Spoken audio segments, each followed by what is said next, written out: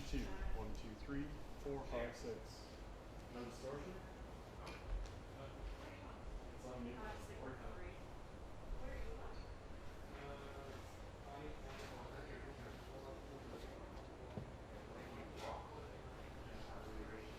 On that?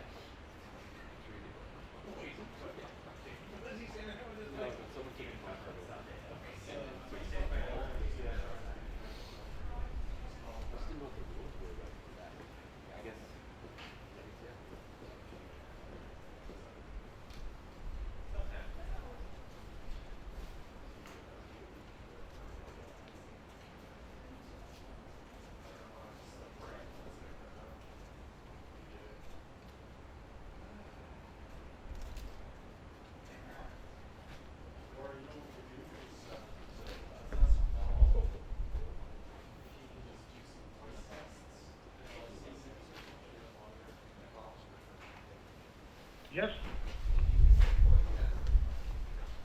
Absolutely. 1, 2, 3, 4, 5, 6, 7, 8, 9, 10. 10, 9, 8. Check. 1, 2. Check. 1, 2. Okay. Okay, deal.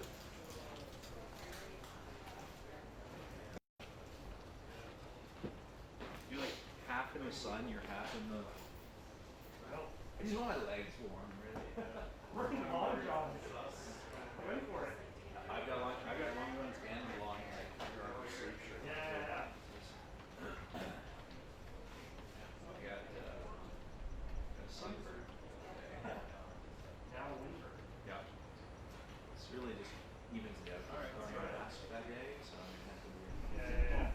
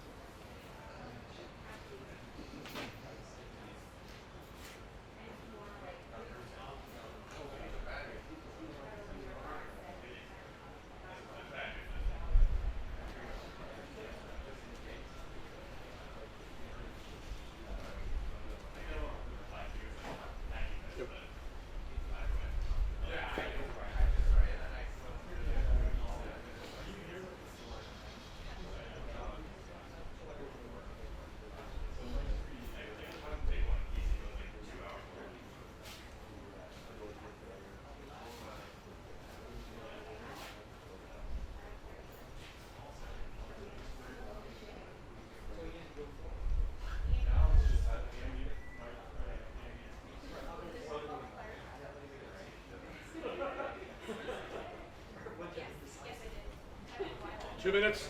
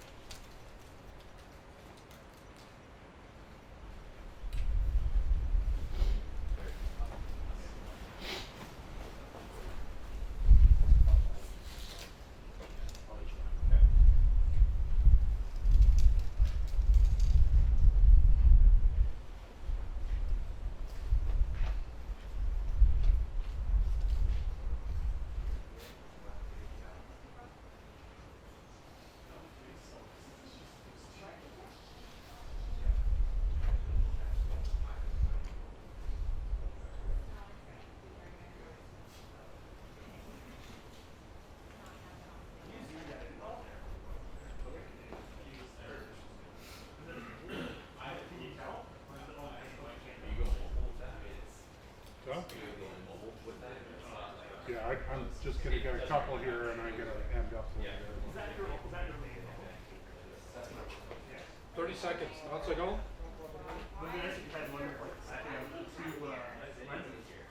Yeah, well, you see, on this one, I do have, moment glasses, but, for some reason, it's, Fargo's actually orders me have tools. Hey, that's my favorite topic. Yeah, it's the size.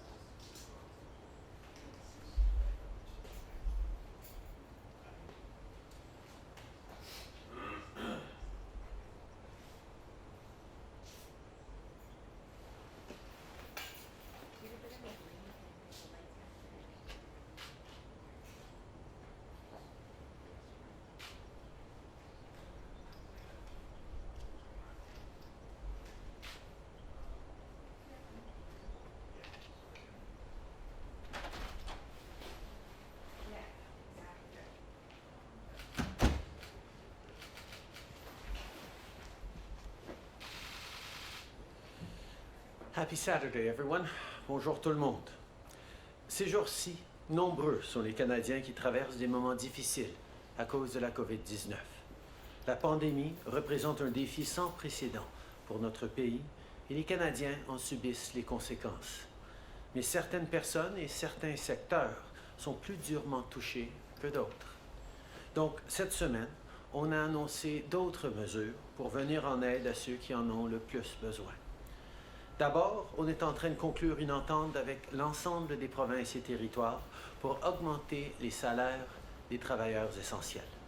Ces gens-là sont aux premières lignes du combat contre la COVID-19 depuis le début de la crise et ils font un travail incroyable. La meilleure façon de les remercier, c'est de veiller à ce qu'ils soient bien payés et protégés. Et cette semaine, grâce à cette entente, on est en train de franchir une étape importante en vue de mettre plus d'argent dans leurs poches. On a aussi annoncé plus de soutien pour aider le secteur de l'alimentation à traverser cette crise. On donne plus d'argent aux transformateurs alimentaires pour assurer la sécurité de leurs travailleurs. On prévoit des mesures spécifiques pour aider les éleveurs de bétail et de porc et les producteurs laitiers à s'adapter au changement du marché. Et on met sur pied un programme qui va permettre au gouvernement d'acheter des produits qui risquent d'être gaspillés pour les redistribuer à des organismes de bienfaisance. Et tout pour tout, notre gouvernement a proposé une capacité de prêt de 5 milliards de dollars et un investissement total de 510 millions de dollars pour soutenir la sécurité alimentaire depuis le début de cette crise. Et comme je l'ai dit plus tôt cette semaine, si on a à en faire plus, on va en faire plus. For the past few weeks, our government has been focused on getting people the help they need as quickly as possible. But to come out of this stronger than ever, we also have to think long term. We need to lay the groundwork now so our economy can come roaring back. And that's what we're doing with measures like the Canada Emergency Business Account and the Canada Emergency Wage Subsidy. So far, more than 500,000 small businesses have received a loan through the CEBA. And less than 2 weeks since launching the Canada Emergency Wage Subsidy, employers have applied for subsidies for almost 2 million workers. Our government is giving employers more resources so they can stay in business and keep people on the payroll during this crisis. Maintaining the connection between employer and employee will be key, not just to help people get back on their feet, but also to our economy. In that vein, we announced yesterday that we would be extending the Canada Emergency Wage Subsidy beyond June. At the same time, we're working with our partners from around the world to beat COVID-19 for good. This pandemic is a global issue. Keeping Canadians safe and restarting our economy means defeating the virus not just at home, but wherever it is found. So earlier this week, we announced new investments to accelerate the global development of COVID-19 vaccines, treatments, testing, and research, including research being done here in Canada. Au cours des dernières semaines, nous avons établi des nouveaux programmes d'aide pour les travailleurs et les entreprises, mais nous savons que le travail est loin d'être terminé. Au fur et à mesure que la situation évolue, les besoins et les défis évoluent aussi, et on adapte notre réponse en conséquence. On continue d'être à l'écoute des Canadiens et on cherche toujours d'autres façons de les appuyer. I want to close by asking all the moms to step out of the room for a minute so I can talk to your kids. I'll give you a second. Okay. Tomorrow is Mother's Day, kids. It's a special day for all the people who are mothers to us, our moms, stepmoms, grandmothers, aunts, and older sisters. So let's show them how much we love and care about them. You might want to get up early to make her breakfast, or ask Dad to help you get her some flowers. Or if you're not together this year because of the virus or other reasons, you can draw her a card or set up a video call. Whatever you do, I'm sure what you'll choose to do will make her day and express how much you love her, how much you need her, and how much she has your full support and full love during this difficult time, but all the time as well. Demain, c'est la fête des mères. C'est l'occasion de montrer à nos mamans à quel point on les aime. Peut-être que tu vas te lever plus tôt pour lui faire à déjeuner demain matin. Peut-être que tu préfères lui acheter des fleurs ou encore lui dessiner une carte. Peu importe ce que tu décides de faire, je suis certain que tu vas faire sa journée en partageant comment tu l'aimes, comment tu seras là pour elle et comment on va tous être là les uns pour les autres dans cette période difficile. Amusez-vous et profitez-en. On va passer à travers ensemble. Thank you, Prime Minister. We'll now go to the phones for questions. One question, one follow-up. Operator? Thank you. Merci. First question, Rod Nickel from Reuters. Line open. Prime Minister, as you know, the U.S. Department of Justice is looking into whether meat packers have unfairly profited from low livestock prices and high meat prices during the pandemic. And given that the same big meat companies operate in Canada, do you share that concern? We have significant concerns about the entire scope of our agricultural supply chain. We need to make sure that workers are safe. We need to make sure that Canadians from coast to coast to coast are getting a reliable and safe supply of the food they need to feed their families and put on the table. And we also need to make sure that no one is profiting in an exaggerated way from this crisis. We will take a very careful look to ensure that people are there for each other and supporting each other, and no one is focusing on profits before supporting Canadians.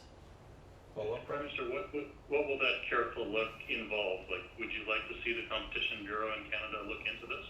We have many mechanisms at the federal level to keep an eye on supply chains and prices, and we will engage with those processes as we have since the very beginning of this crisis. Okay. Nous savons que c'est extrêmement important d'assurer la sécurité de notre chaîne alimentaire, d'assurer la sécurité alimentaire pour tous les Canadiens. Ça veut dire d'assurer la sécurité des travailleurs le long de notre chaîne de production, mais aussi assurer que ces chaînes continuent de fonctionner de façon claire et robuste pour les Canadiens pendant cette crise, mais aussi de s'assurer qu'il n'y a pas personne qui met des profits avant la sécurité et la santé des Canadiens dans cette situation-ci. Nous avons des outils à différents paliers de gouvernement et depuis le début de la crise, nous les utilisons. Merci. Prochaine question. Rapporteur. Thank you. Merci. The next question, Teresa Wright, the Canadian Press. Line open. Good morning, Prime Minister. We know from the national inquiry into missing and murdered Indigenous women and girls that Indigenous women were already more likely to experience violence, and now COVID-19 has exposed them to concerningly high levels of domestic violence due to the pandemic restrictions. Given this, can we expect to see the National Action Plan on the inquiry's findings in June as promised, or will COVID-19 delay this? No, the work that we're doing on establishing a national action plan on violence against women coming out of the missing and murdered Indigenous women and girls inquiry is more important than it has ever been. We have seen in situations where someone is forced to stay home when home isn't safe, a rise in domestic violence because of the stresses, because of the confinements, because of the challenges we're facing because of COVID-19. And this government has worked from the beginning to give more support to shelters and organizations and networks that are supporting victims of family violence or gender-based violence. We will continue to do that work. We will continue to work very hard on that national action plan coming from the missing and murdered inquiry. This is a priority that continues and is even intensified because of this crisis. Okay. Les situations de violence domestique, de violence basée sur le genre sont malheureusement plus prévalentes pendant cette crise à cause du stress, à cause des confinements, à cause des vulnérabilités dans nos populations. C'est pour ça que nous continuons le travail important de lutter contre la violence basée sur les genres et la violence domestique. Nous continuons de travailler sur la réponse à l'enquête sur les femmes autochtones disparues et assassinées, et nous allons continuer d'augmenter nos efforts pendant cette crise. La crise nous fait pas reculer, au contraire, doit nous faire avancer sur cet enjeu important. Follow-up, Teresa. Yes, thank you. There are many people who are still not being helped by your emergency financial assistance programs. People who were unemployed before the crisis began, people on disability or social assistance, they're all left out. Will help be coming to them? We know that it's been important to get help out to millions of Canadians very quickly, and that's what we've done. We've seen over 7 million people access the CERB, the Canada Emergency Response Benefit, but we've always recognized there is more to do. We made modifications that ensure that people who are recently unemployed, whose unemployment benefits ran out before COVID-19 started, would also qualify for the CERB. We've put in place measures to support students. We've looked for other ways to fill gaps, and we will continue to. At the same time, we have given more money to community organizations and networks that are supporting our most vulnerable in cases where the direct support we're offering can't reach people. We will continue to work to make sure that all Canadians, but particularly vulnerable Canadians, are supported through this crisis. Hi, Prime Minister. Crystal Logue with Global News. With all of the aid money rolling out the door, are you simultaneously planning for how to help the economy back now, or waiting until some of the pandemic is behind us? I think we obviously need to be thinking about the longer term while we design and while we bring in place support for people. That's why, for example, we move forward with the wage subsidy, which, unlike the CERB, is there for people who lose their job and lose their paycheck and therefore have a broken connection with their previous job. The wage subsidy allows people to stay connected with their employment, so that once we start being able to reopen certain sectors and once the economy picks up again, people will still have that link by getting a paycheck from that employer that will allow them to get back positively and quickly. There are a broad range of ways in which the measures we've put forward are very much thinking about the recovery. That goes part and parcel. But our focus right now is supporting Canadians so that they can do what needs to be done to slow and stop the spread of this pandemic as we start looking at reopening. Sorry, but I'm not questioning the help. I'm asking if recovery plans are happening simultaneously. We are, of course, looking towards the steps that will be required on the recovery of the economy.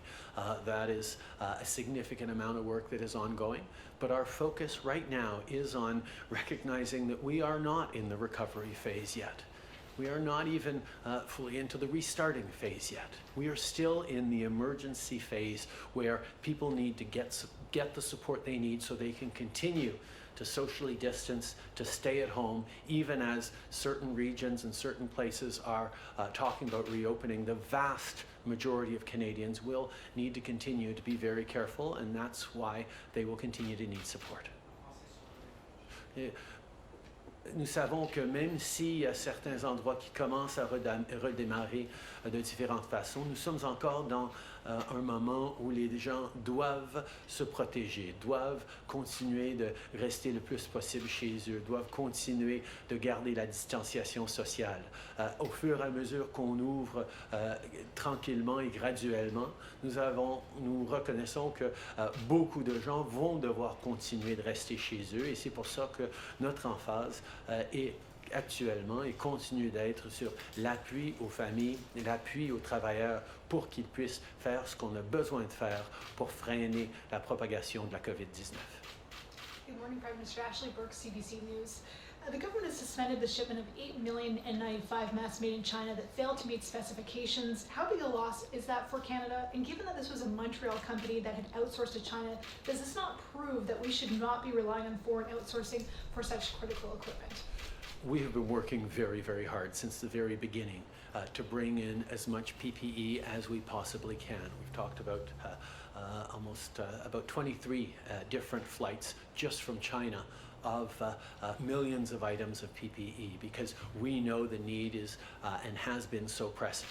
At the same time, we have ensured that we are ramping up domestic capacity to be able to ensure that we're covering the needs that we have for the longer term. And I want to thank all the companies and manufacturers who've stepped up. At the same time, we also know that in the millions of items that we've received, we have to ensure that they are at the top quality expected by our Canadian healthcare workers. And the withholding or the suspending of shipments from this particular supplier is proof that our system works. We are testing all those masks, all those items before they reach our healthcare workers because we will not compromise on the safety and protection for our healthcare workers. Depuis le début, nous avions fait tous les efforts pour avoir autant d'équipements de protection personnelle qu'on pouvait avoir. Ça voulait dire qu'on a accepté 23 différents vols de la Chine et ça continue à quasiment tous les jours qu'on en reçoit d'autres pour nos travailleurs de première ligne. Mais on savait qu'on devait aussi développer nos capacités domestiques et fiables. C'est pour ça que nous avons plein de compagnies au Canada qui sont en train d'en produire et on espère pouvoir compter sur eux dans les mois à venir et moins compter sur l'importation. Mais en même temps, on savait toujours qu'il y a toujours des risques que les produits qu'on importe ne soient pas à la hauteur de ce qu'on attend au Canada pour nos travailleurs de première ligne. C'est pour ça qu'on a mis un système de vérification rigoureuse pour que aucun item qui ne soit pas à la hauteur de ce dont on a besoin, ce qu'on s'attend ici au Canada, ne soit distribué. Et l'exemple de cette compagnie à Montréal est la preuve que le système fonctionne parce qu'aucun de ces masques ne se sont retrouvés dans notre système de santé parce qu'on fait les vérifications nécessaires. Rachel Walsh with the Globe and Mail. Prime Minister, a few weeks ago, one of your deputy ministers said that Canada was spending between $1.50 $1.20 and $6 per N95 mask. How much do we pay for these ones? Right now, we're in discussions with the supplier because we will not be burdened with masks that do not fit our stringent requirements. There are discussions ongoing with them about whether there are alternative uses for these masks, but we will not be paying for masks that do not hit the standards that we expect to give to our frontline workers. Okay.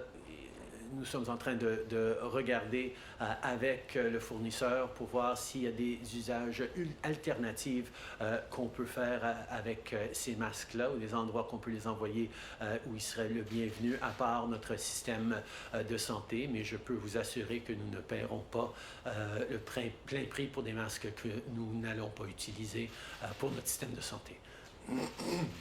And the National Capital Commission reversed a rule overnight that said people weren't allowed to take pictures in the parks of the tulips, and they installed signs to say no pictures please. They're now taking those down. That follows Ottawa's reversal of a rule that you can't talk to your neighbors over fences and you can't visit your loved ones at the windows of nursing homes. Are we getting a bit overzealous with the COVID-19 rules? I think different orders of government and organizations are trying as best they can to put in rules that will balance the need to keep people safe and slow and stop the spread of COVID-19, while at the same time giving people the much needed respite and safety valves from the stresses and indeed the mental health challenges many people are facing. We need to try and get people through this healthy, which means both fighting COVID-19 and supporting them and allowing for as normal lives as we can despite the deep abnormality of this situation. It's an unprecedented situation. Lots of people are trying different things to keep people safe. We're going to keep adjusting, all of us, when we get things right, when we get things wrong. I think that's what people expect. Bonjour, M. Trudeau, Christian Noël de Radio-Canada. Il y a des gens qui prennent les choses peut-être trop au sérieux, certains qui en prennent peut-être pas assez au sérieux.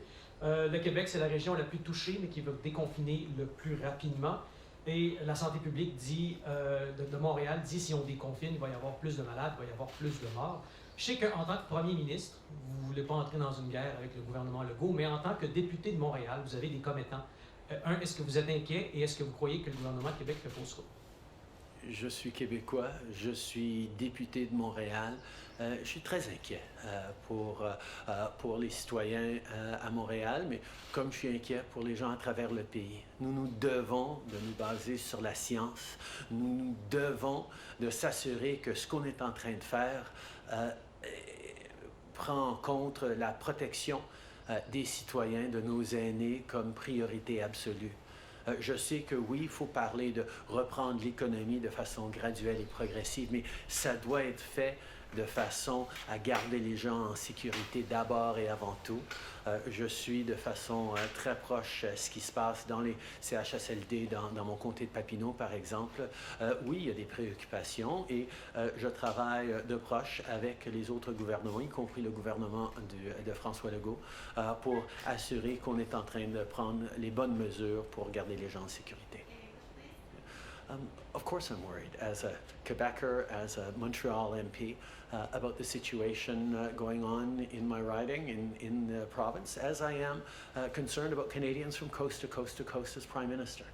We need to make sure that we go progressively and slowly and gradually on any reopening, keeping at top of mind the importance of keeping people safe and healthy. I understand the economic pressures we're all under, and I understand how much people do want to go outside. But we need to do it in ways that we are sure are going to keep people safe. Because the last thing people want is a few weeks from now being told, okay, we loosened the rules and now COVID's spreading again and you're all going to have to go inside for the rest of the summer. People don't want to do that. That's why being very careful, step by step, is going to be so important. Sur un sujet un peu différent, sur l'étiquetage de produits d'urgence durant la COVID. Il y en a beaucoup qui n'ont pas de français, certains même qui n'ont pas d'anglais. Il y a eu une certaine exemption concernant la loi sur l'étiquetage dans les langues officielles. Est-ce que vous avez trouvé une solution? Qu'est-ce que vous allez faire pour vous assurer que ces produits-là qui arrivent soient étiquetés dans les deux langues officielles? D'abord, on sait que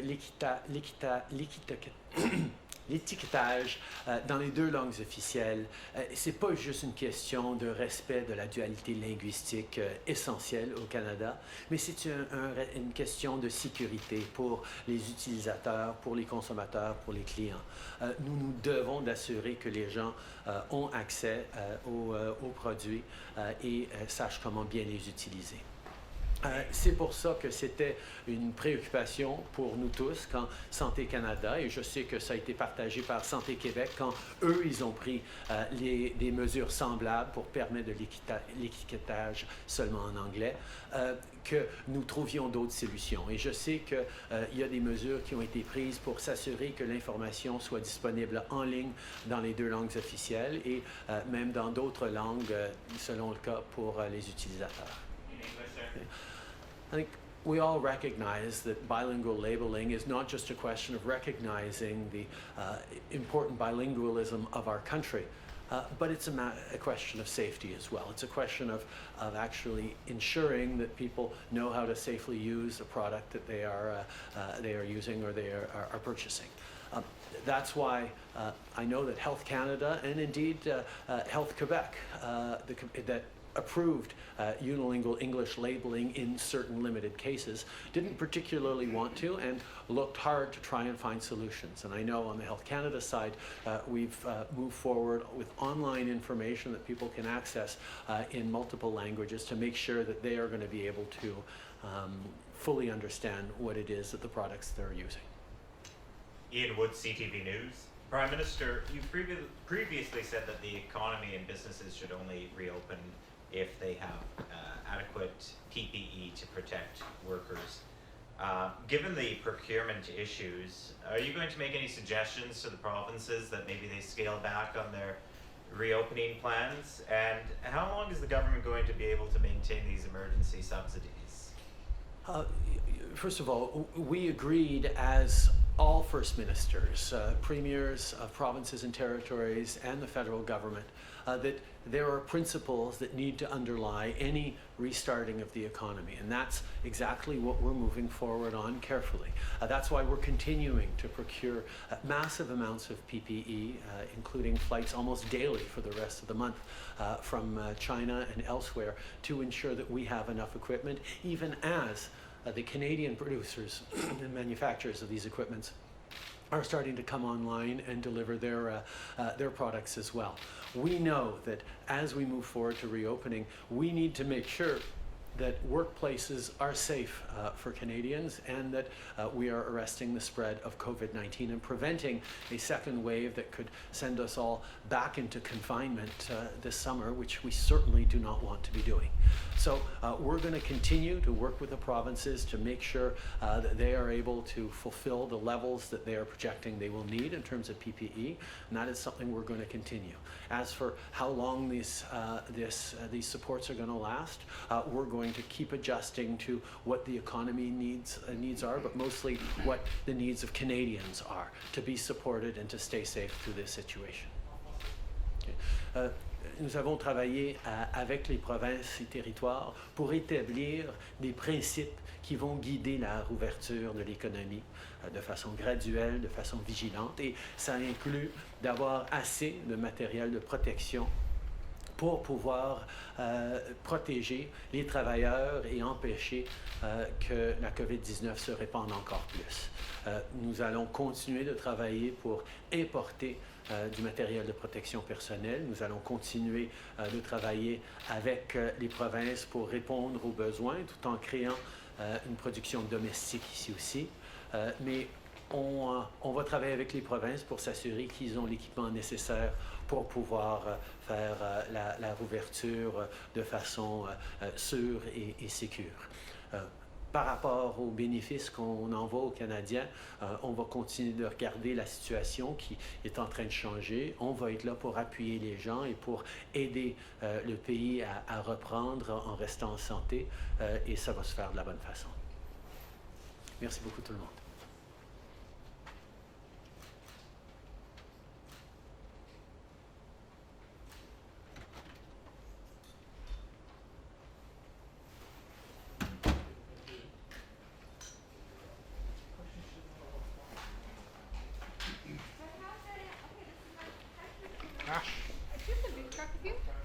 I got little guys, but Okay.